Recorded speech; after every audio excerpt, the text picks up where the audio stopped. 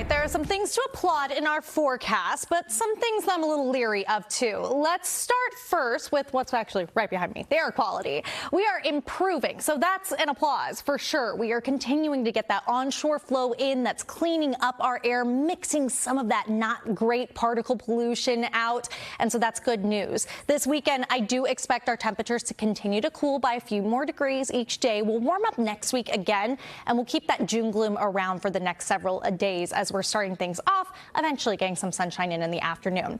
Here's the not applaud-worthy portion of the forecast. We are increasing our overall fire risk around much of the region with a red flag warning that is going into effect for the high desert because of dry and windy conditions. So let's take a look at our fire weather outlook. This is data that's given to us by the Climate Prediction Center. And you can see as far as Southern California is concerned, we've got much of San Bernardino County, if not almost all of it, and Riverside County that are included in this area that we would call a bit more of a critical to elevated area of that potential fire risk. The more critical area is outlined there in the red, and I'll get on this side so you can take a look at that. The extreme is in the pink. Now that takes up a good chunk there of Utah, northwest Arizona, a little sliver of Nevada. This is where we have the highest concern for potential fire spark and spread over the next couple of days. We even have red flag warnings that go all the way up into Idaho. So it's a really big portion of the region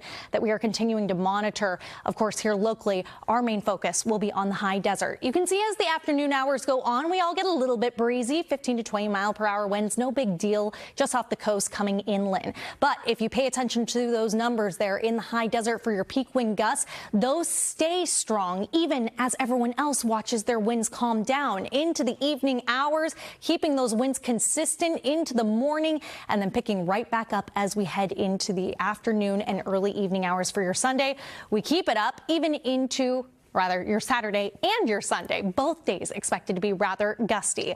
Again, that cooler air coming in with that onshore flow is bringing down our temperatures, whether you're in Chatsworth or Rancho Cucamonga. We're looking at temperatures that will warm from the 60s into the 70s around the early afternoon, 80s by the later afternoon hours.